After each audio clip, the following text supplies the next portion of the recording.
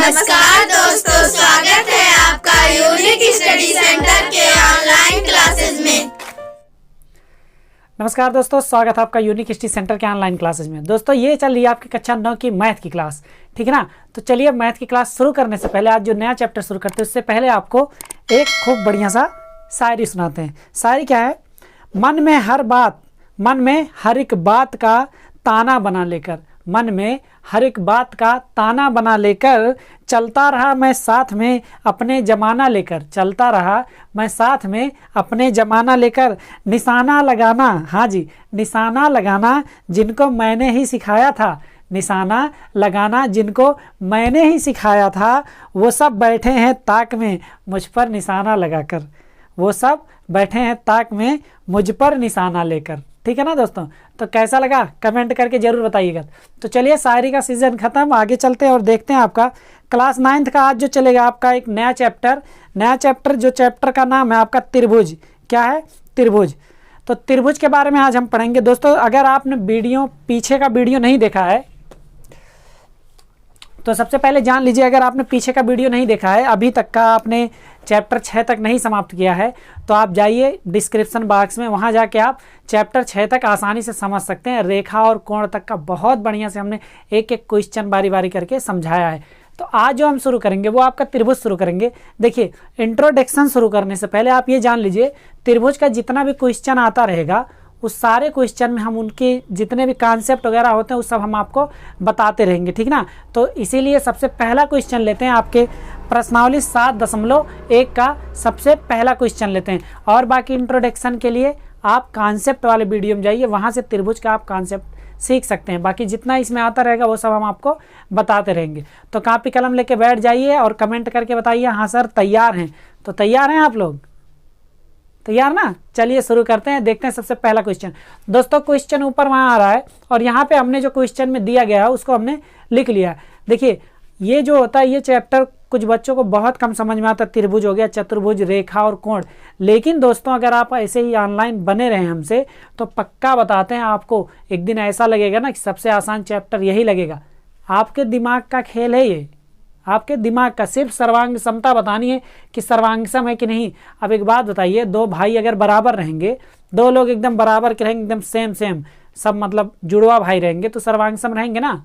रहेंगे सेम। बस सर्वांग सम के कुछ रूल होते हैं, उसी रूल को इसमें लगाते रहेंगे और सब दिखाते रहेंगे कैसे सर्वांग सम है, किसके साथ क्या रिलेशन है, वो ये रिश्ता क्या कहलाता है ना, इसमें हम लोग पता करेंगे कि ये रिश्ता क्या कहलाता है, ठीक ना। तो चलिए आइए देखते हैं सबसे पहला क्वेश्चन। देखिए प्रश्नावली 7.1 त्रिभुज का सबसे पहला क्वेश्चन दिया गया है, चतुर्भुज ABCD में AC बराबर AD।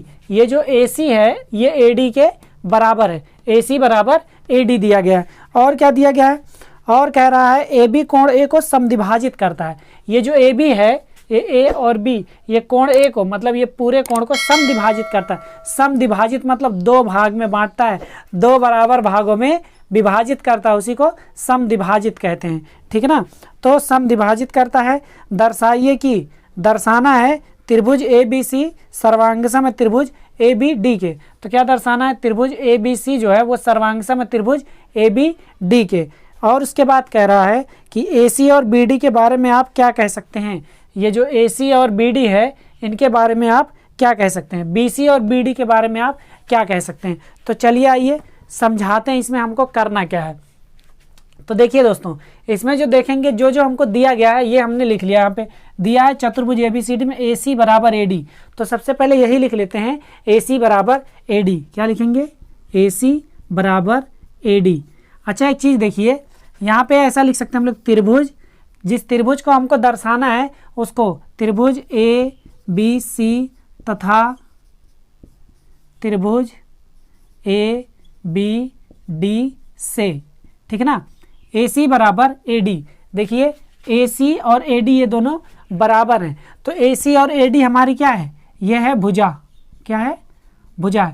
इस त्रिभुज की भुजा। एक चीज़ ध्यान दीजिए, ये जो त्रिभुज दोनों बना है ACB या ABC ABD, ये जो बना, अगर इसको हम यहीं पे ऐसे मोड़ दें, ऐसे फोल्ड कर दें, तो AC जो है ये AC वाला AD पर हो जाएगा कि नहीं, और ये DB वाला सी बी पर हो जाएगा कि नहीं, मतलब ऐसे ढका जाएगा, सर्वांगसम हो जाएगा। जैसे ये हाथ है हमारा, दोनों पंजे अगर बराबर तो ऐसे मिला दें तो दोनों देखिए दिख रहे हैं, नहीं दिख रहे हैं ना, तो इसी चीज़ को दिखाना है कि ऐसा होता है कि नहीं। तो चलिए सबसे पहले ए सी बराबर ए डी मिल गया, ए सी बराबर ए डी, ए सी बराबर हो गया ए डी।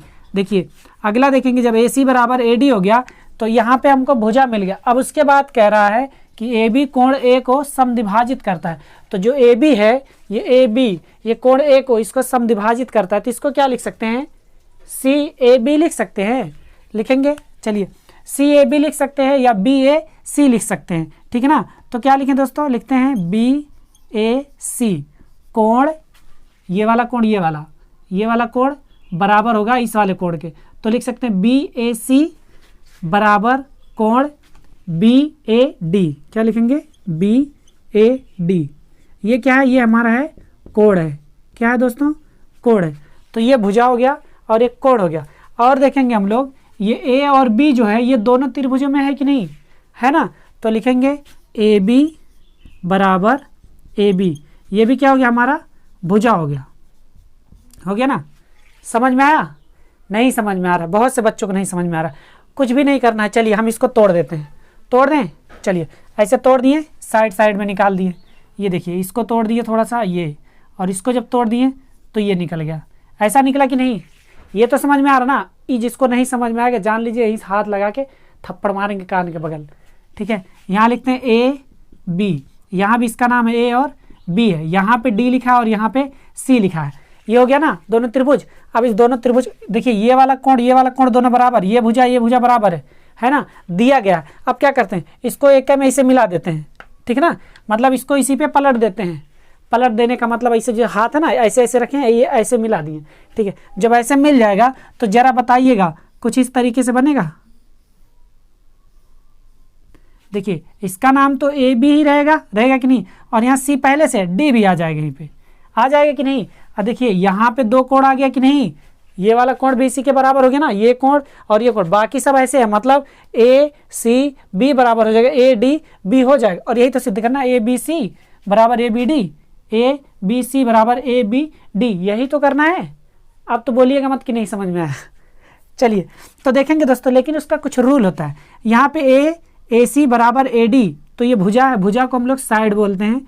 और बी ए सी बराबर कोण बी ए डी, इसको क्या बोलते हैं, एंगल। ये कोण है तो एंगल बोलते हैं, और उसको क्या बोलेंगे, साइड बोलेंगे, ठीक ना। ये सब दिया गया। अच्छा जो दिया गया उसको लिख सकते हैं कि दिया गया, जैसे ए बी बराबर, ये ए बी बराबर ए बी है ना, तो देखिए ये उभयनिष्ठ है, क्या है, उभयनिष्ठ। अब पूछिए उभयनिष्ठ मतलब क्या होता है, उभयनिष्ठ मतलब कॉमन है, दोनों में है। ये वाला जो भुजा है ए बी, देखिए ये दोनों में है ना, ये समझ में आ गया कि नहीं। तो ये दोनों में भुजा है। और ये वाला ए सी और ये बी, ये दिया गया है, ए सी और ए डी, यही लिख देंगे दिया है, दिया है। पूरा एकदम अच्छे से समझिए, बहुत ही आसान चैप्टर और बहुत आराम से समझ में आएगा। तो देखिए इतना आपको समझ में आया, तो एक साइड, एक एंगल, एक साइड, तो लिखेंगे side angle side. Yes A S एक नियम होता है, यही लिख देते हैं, भुजा कोण भुजा। तो यस ए एस नियम के द्वारा, नियम के द्वारा, यस एस नियम के द्वारा क्या हो जाएगा, त्रिभुज ए बी सी सर्वांगसम, ये सर्वांगसम का निशान है, त्रिभुज ए बी डी, यही सिद्ध करना था ना। लीजिए यही लिख देंगे उत्तर। ये समझ में आ गया। लेकिन अभी एक चीज़ और करना है, यहाँ तक हो गया ना, अभी एक चीज़ और करना है। क्या करना है, कह रहा है कि बताइए जरा ये BC और BD के बारे में आप क्या कह सकते हैं। ये जो BC है और ये BD, इसके बारे में हम क्या कह सकते हैं। तो दोस्तों एक नियम और होता है CP/CT, ये समझ में आ गया ना। लिखते हैं, ये दोनों समझ में आ गया, बहुत बढ़िया। क्या करते हैं, ये हटाते हैं थोड़ा सा, यहीं पे समझा देते हैं ना CP/CT होता क्या है। तो चलिए आप क्या करेंगे, यहीं लिखेंगे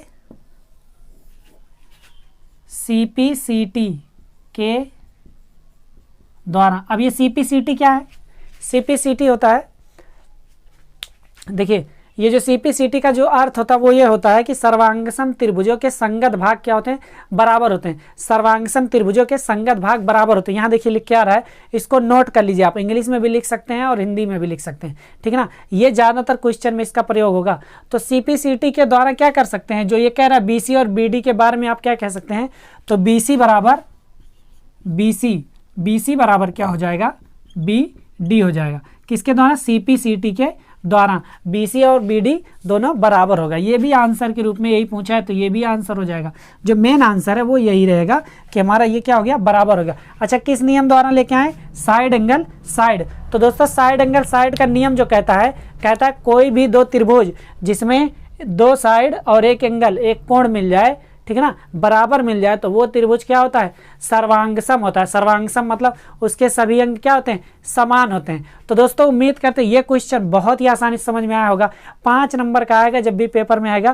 तो समझ में आया तो अब कमेंट करके बताइए कि हाँ सर समझ में आया। अब वीडियो को लाइक कर दीजिए, चैनल पर नया हो चैनल को तुरंत सब्सक्राइब करिए और अपने दोस्तों के साथ शेयर करना मत भूलिए। चलिए मिलते हैं आपके नेक्स्ट क्वेश्चन में, क्वेश्चन नंबर 2 में। तब तक के लिए बने रहिए यूनिक स्टडी सेंटर के साथ।